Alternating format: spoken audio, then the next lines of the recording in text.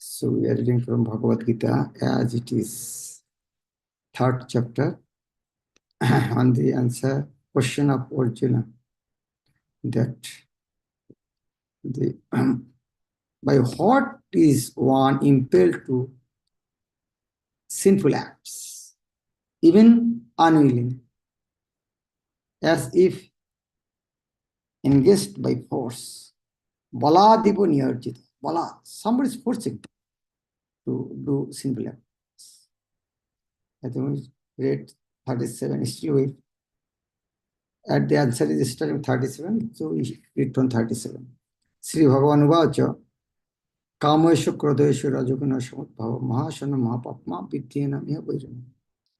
Sri Bhagavan Vacha, the personal Godhead said, Kameshu Krodeshu. Kamo means anger, Krodh, wrath, Esho, this. Rajoguna Samudbhava.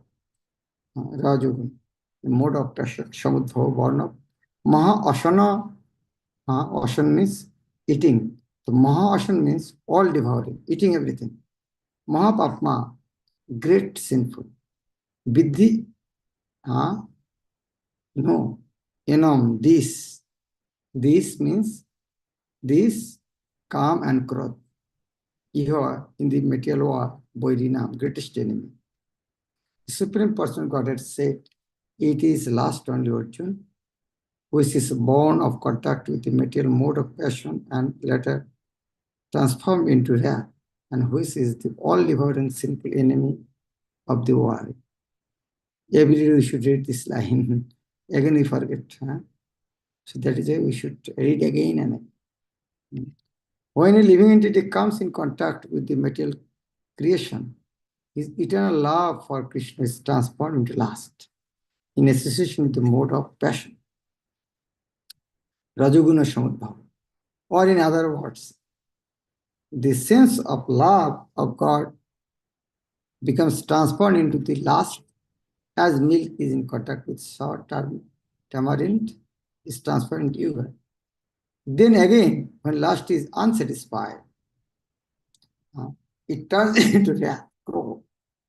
And wrath is transformed into illusion, and illusion continues the material existence. Therefore, lust is the greatest enemy of the living entity, and it is lust only which induces the pure living entity to remain entangled in the material world. Wrath is the manifestation of the mode of ignorance. These modes exhibit themselves as wrath and other corollaries. If, therefore, the mode of passion, instead of being degraded into the mode of ignorance, is elevated to the mode of goodness by prescribed method of living and acting. So,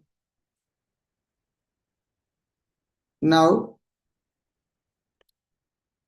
three gun, mode of ignorance, mode of passion, mode of ignorance. So what we are seeing, lust and anger. So it may go up, it may go low. So already we are suffering for lust and anger.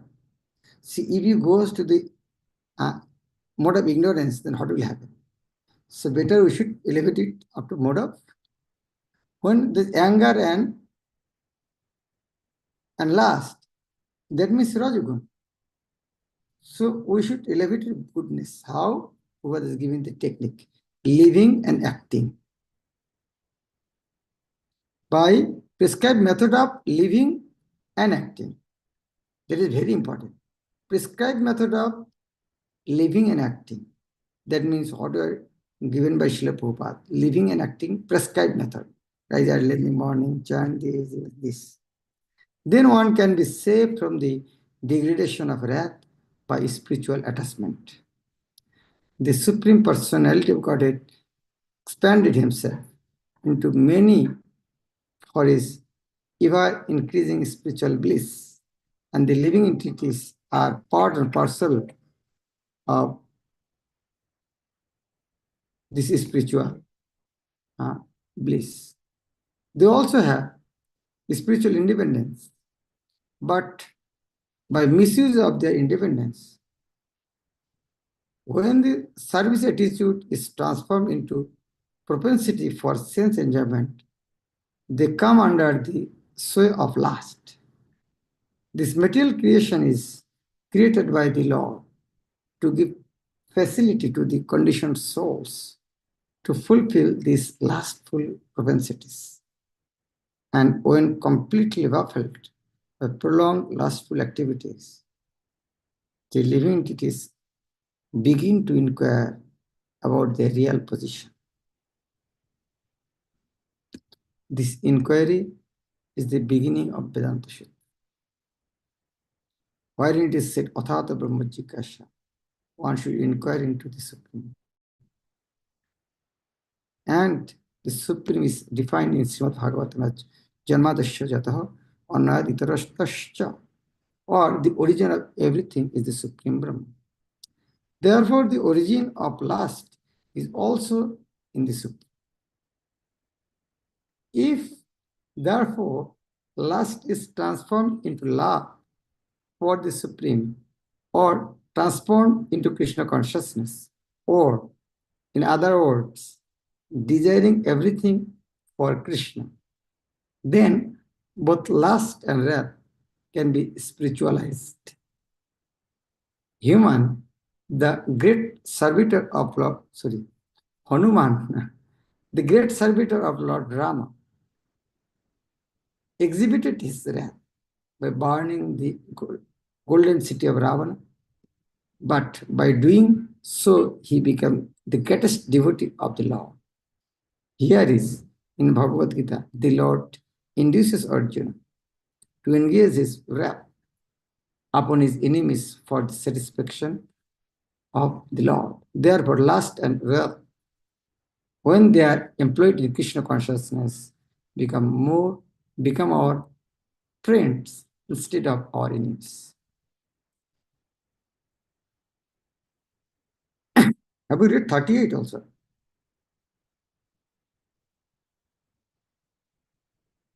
I think we read all this thing. Okay, right? I think I read it. Completed till 40, huh? Yes. Till 40, yes, I can remember. So I'll read after that. Okay. So I'm forgetting fire. Okay, I'll read translation. As fire is covered by smoke, as a mirror is covered by dust, or as the embryo is covered by the womb, the living entity is similarly covered by different degrees of this last. 41. Thus, the wise living entity's pure consciousness becomes covered by eternal enemy in the form of lust, which is never satisfied and which burns like fire. So now 40. 40, I don't think we have read. Have we read 40 also?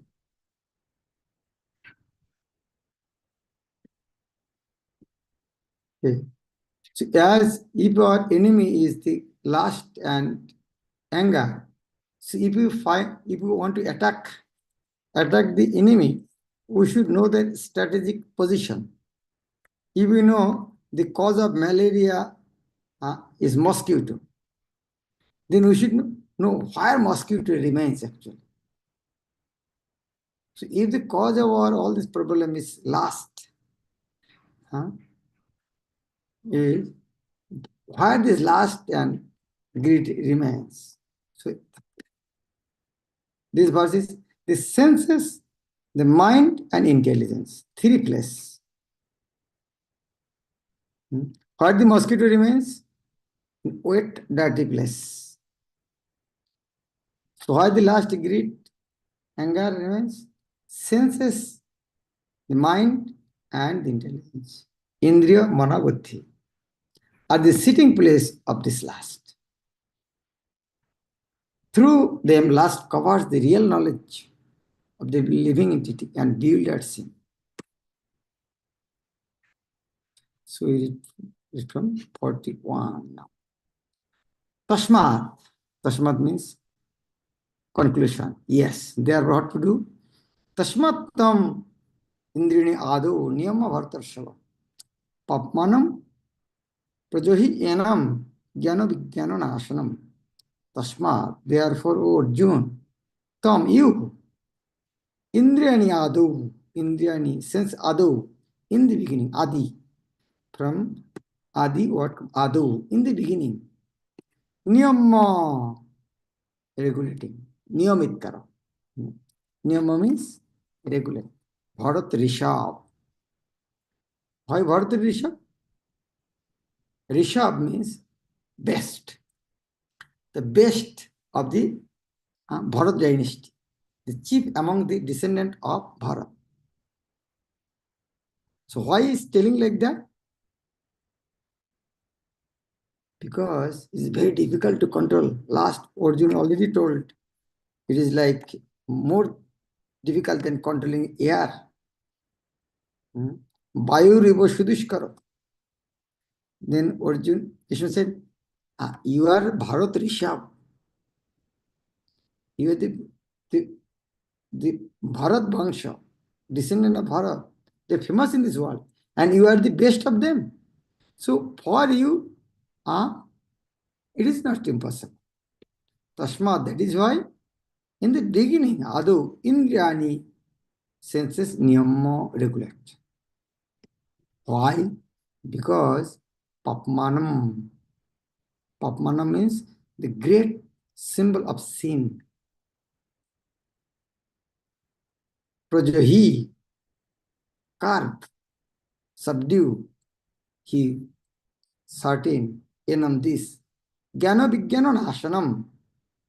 Gyan vigyan nasanam. Nasanam, the destroyer. So this lust and anger is a great symbol of sin. That is why he carved this. How? By jnana vijnana. Jnana and vigyan. Gyan means knowledge and vigyan means scientific knowledge of the pure soul.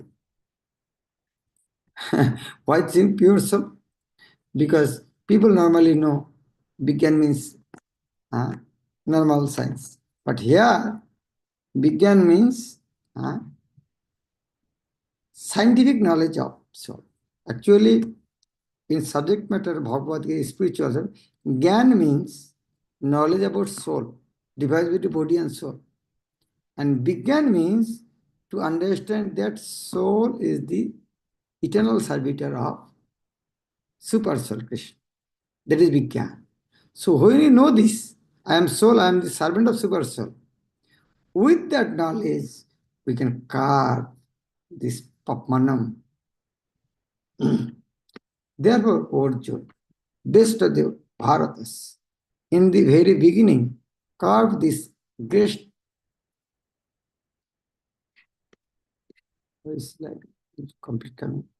this great symbol of sin, last.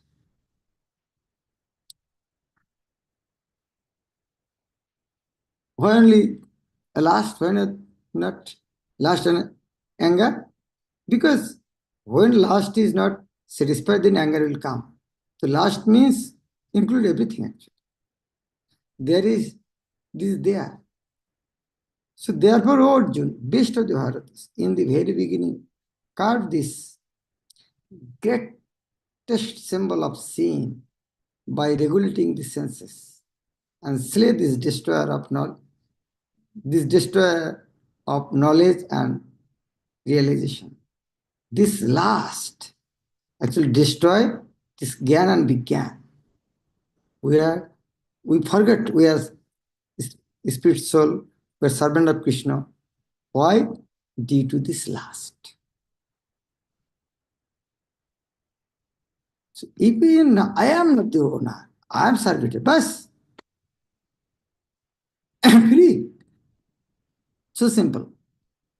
The Lord advised Arjuna to regulate the senses from the very beginning so that he could guard the greatest sinful enemy last, which destroys the urge for self-realization and specific knowledge of the self. Gyan refers to knowledge of self as distinguished from non-self. Or in other words, knowledge that the spirit soul is not the body.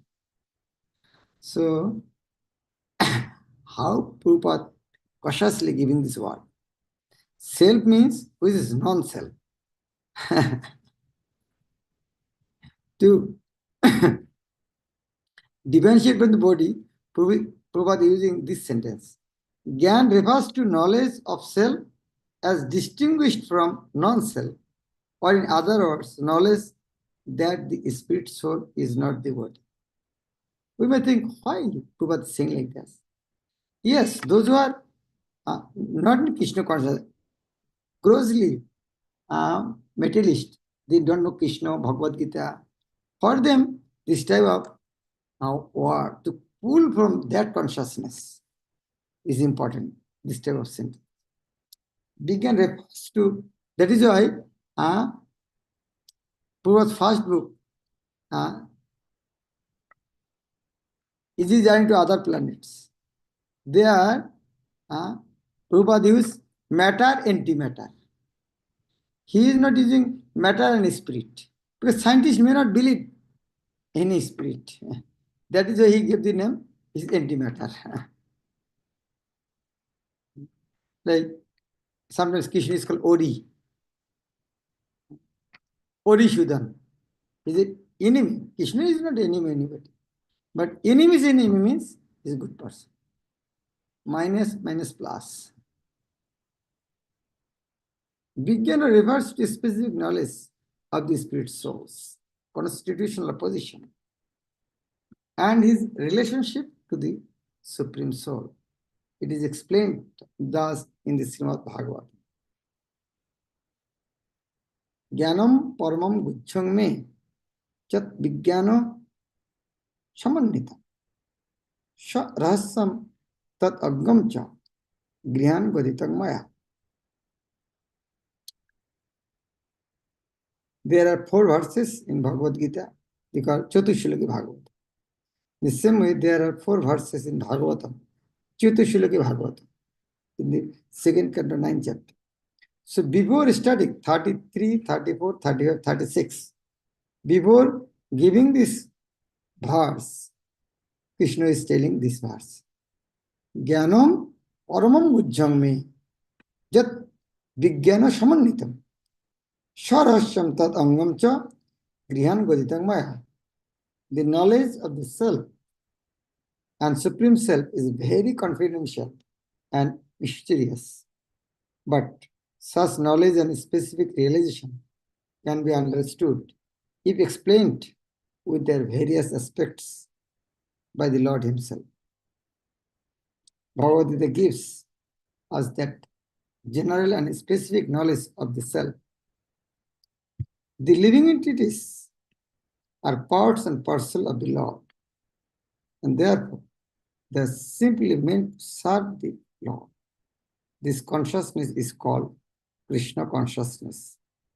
So, from the very beginning of life, one has to learn this Krishna consciousness, and thereby one will become fully Krishna conscious and act accordingly. Last is only the perverted reflection of the love of God, which is natural for every living entity. But if one is educated in Krishna consciousness from the very beginning, the natural love of God cannot deteriorate into lust. When love of God deteriorates into lust, it is very difficult to return to the normal condition.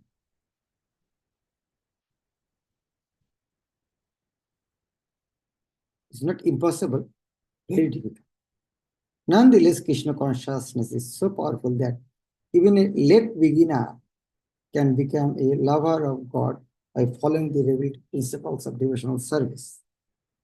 So from any stage of life or from the time of understanding its urgency, one can begin regulating the senses in Krishna consciousness, devotional service of the Lord, and turn the last into love of Godhead, the highest perfectional stage of human life.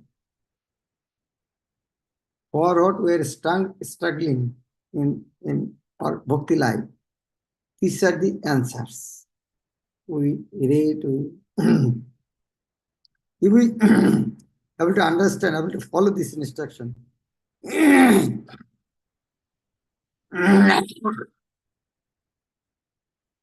we will become king, Maharaj.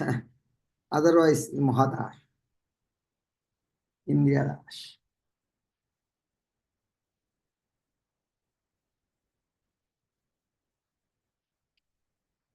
Text 40. Krishna is giving practical tip how to do that. Not only, oh, do this. No. He is giving how to do that. Indyani parani ahu, indriyabha parang manah. Manashastu parabuddhi, jo buddhi paratastu sham. The hierarchy of our senses here.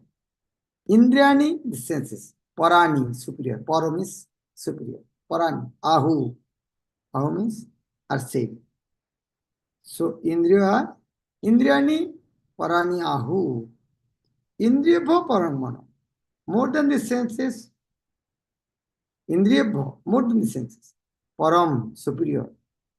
Manaha, the mind. Manasha, more than the mind. Two also. Para, superior. Buddhi, intelligence. Jo buddhi, jo who? Buddhi parato. Buddhi parato means superior or more than the intelligence. Buddhi parato. Two, but Shahi. Two, actually, in Hindi and other level, Buddhi parato but two, no. But those, but who is superior to Buddhi also is soul. He. The working senses are superior to dull matter. Mind is higher than the senses, and intelligence is still higher than the mind. And this he means soul, is even higher than the intelligence. How? What is the hierarchy from senses to soul?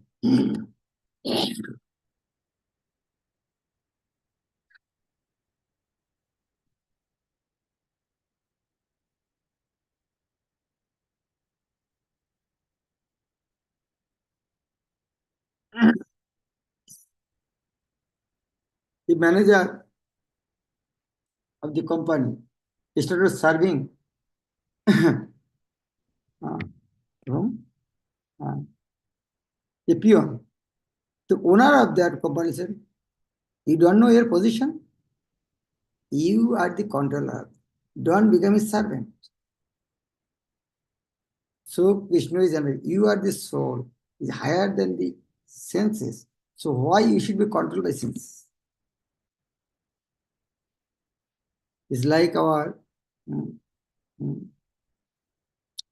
someone has forgotten well, but somebody remember, oh, you are there. Oh, yes, I am there. Then regain the consciousness. The senses are different outlets for the activities of lust. Lust is reserved within the body, but it is given vent through the senses. Therefore, the senses are superior to the body as a whole. These outlets are not in use when there is superior consciousness or Krishna consciousness. In Krishna consciousness, the soul makes direct connection with the Supreme Person Godhead. Therefore, the hierarchy of bodily functions, as described here, ultimately ends in the Supreme Soul. Bodily action means the functions of the senses. And stopping the senses means stopping all bodily actions. But since the mind is active, then even though the body may be silent and at rest, the mind will act as it does during dreaming. But about the mind is the determination of the intelligence. But about the mind is the determination of the intelligence. And above the intelligence is this soul purpose.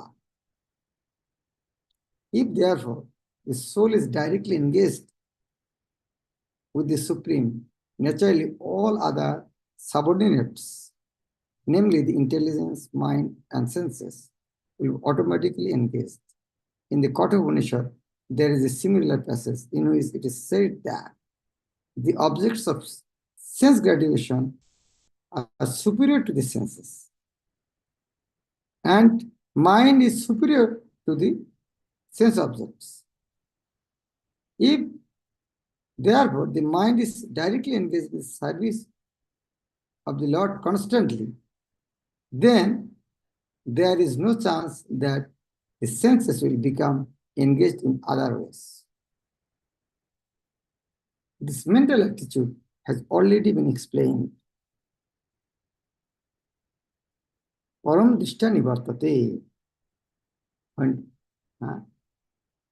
get higher test. If the mind is engaged in transcendental service of the law, there is no chance of its being engaged in the lower propensities. In the Katha Upanishad, the soul has been described as Mahan, the great. Therefore, the soul is above all, namely the sense objects, the senses, the mind, and the intellect. Therefore, directly understanding the constitutional position of the soul is the solution of the whole problem. With intelligence, one has to seek out the constitutional position of the soul and then engage the mind always in Krishna consciousness. That solves the whole problem. A neophyte spiritualist is generally advised to keep aloof from the objects of the senses. But aside from that, one has to strengthen the mind by use of intelligence. If by intelligence one engages one's mind in Krishna consciousness, by complete surrender unto Supreme Personal Godhead, then automatically the mind becomes stronger, and even though the senses are very strong like serpents, they will no more effective than serpents with broken fangs. But even though the soul is the master of intelligence and mind, and the senses also still, unless it is strengthened by association with Krishna in Krishna consciousness, there is every chance of falling down due to agitated mind. Last verse. Conclusion to call. Evam buddha parabuddha Shangstabham atmanam atmana Joishatrim mahavaha kamarupam durashata. Evam das buddhi, to intelligence. Param, superior. Buddha, knowing. Shangstabha, by steadying. Atmanam, the mind. Atmana, by deliberate intelligence. Atmanam.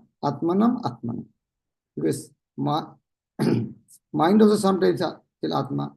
Intelligence sometimes is Atma. Atma is Atma. Also body sometimes is Atma. This Atma, this Brahma, this sometimes to make different, express different, what is called, different thing in different places. Here, Atmana means mind, Atmana, by deliberate intelligence. Johi, conquer, Shatrum, the enemy, last. Mahavaho, O mighty one. Here say Mahavaho. Previously also said Mahavaho. So don't fear that it is not possible for you. You are Mahavaho. You have already that degree that you can do this. Kamorupam in the form of lust. Durashadam, formidable.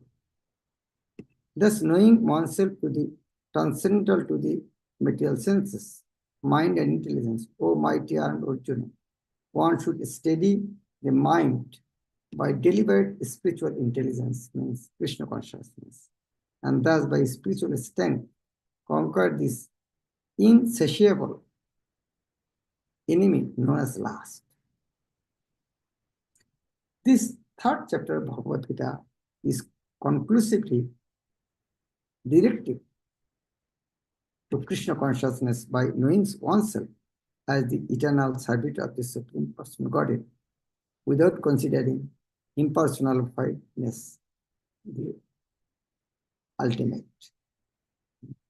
So Bhagavad Gita's third chapter also is saying pure devotion.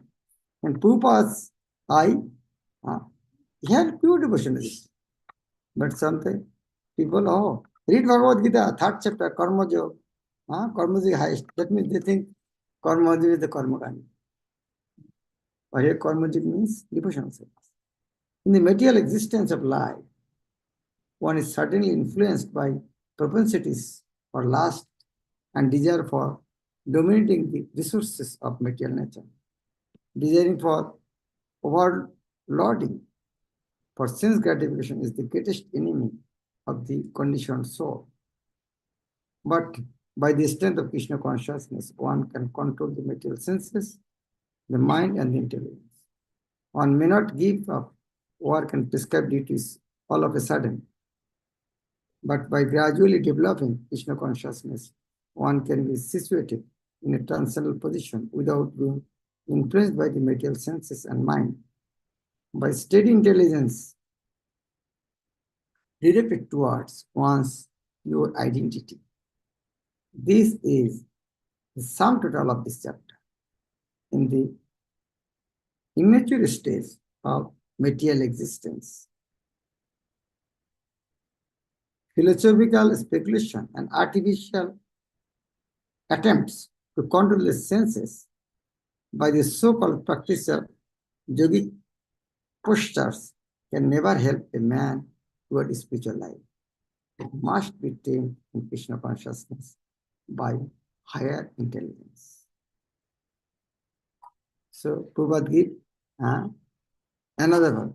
Only Krishna said, do this, do this, do this. And Prabhupada give another. Don't do this.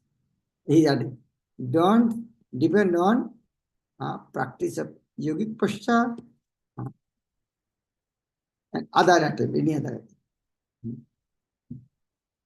Thus ends the Bhakti Yoga purpose of third chapter of Srimad Bhagavatam in the matter of karma yoga or discharging one's prescribed duty in Krishna consciousness.